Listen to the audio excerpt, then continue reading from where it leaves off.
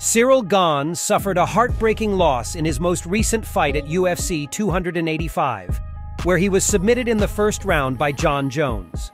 Whether it was the magnitude of the occasion or the skill level of his opponent, it seemed as if Gane didn't belong in there with the GOAT of the fight game. It was an embarrassing performance in enemy territory, but life always gives you a second chance.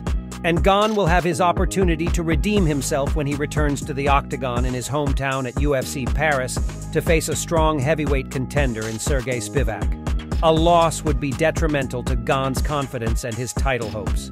Can Parisians inspire their star to a crucial victory?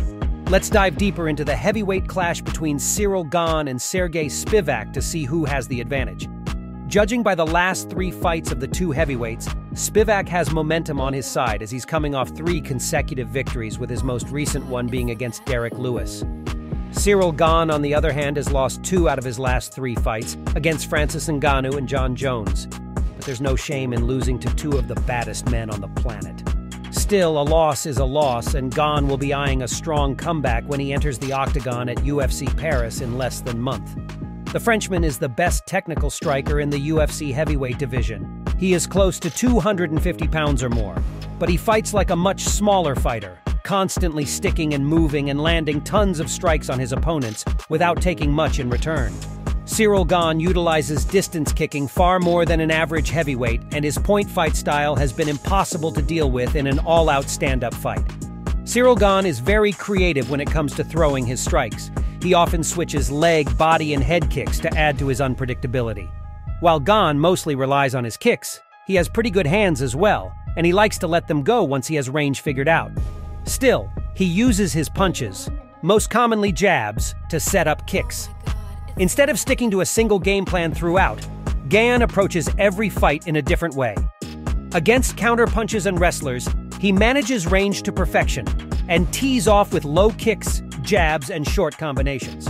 Against aggressive strikers, he uses body and high kicks coupled with stinging counterattacks and movement.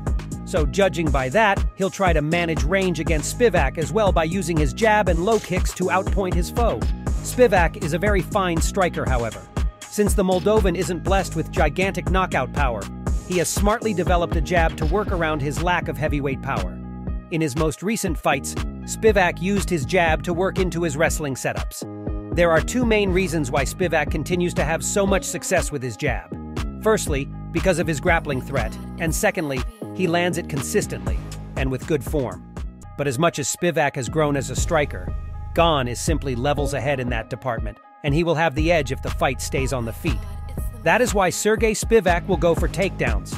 Wrestling has been Ciryl Gane's Achilles heel, as we have seen in 2 of his last 3 fights. Francis Ngannou was able to pick him up and slam him around for 3 rounds to defend his heavyweight title at UFC 270.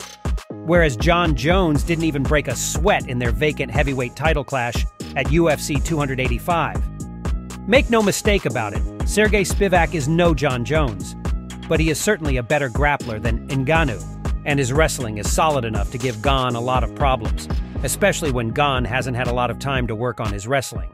Spivac's clinch wrestling separates him from the rest of the guys in the heavyweight division. Not many can chain clinch trips and throws like Spivac, and his skill comes in handy against fighters with poor balance and flexibility. To his credit, Gane has both, so it'll be interesting to see how that works out for Spivac. The Moldovan, however, can secure single and double leg takedowns in the center of the cage as well. And once the fight hits the mat, his BJJ skills are exceptionally good for a heavyweight. Gane showed a very educated wrestling game against bottom-tier fighters in his early days in the UFC. But against world-class grapplers, he has struggled to 1, prevent takedowns, and 2, protect himself on the mat. Spivac is a high-level grappler, and he should have the upper hand if the fight hits the mat.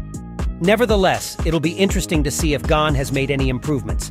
Styles make fights, as they say, and this one is a good old striker versus grappler contest, where one style will win over the other. We are favoring the more accomplished grappler to get the job done on the night. Who do you guys think will win? Let us know your thoughts in the comments section below.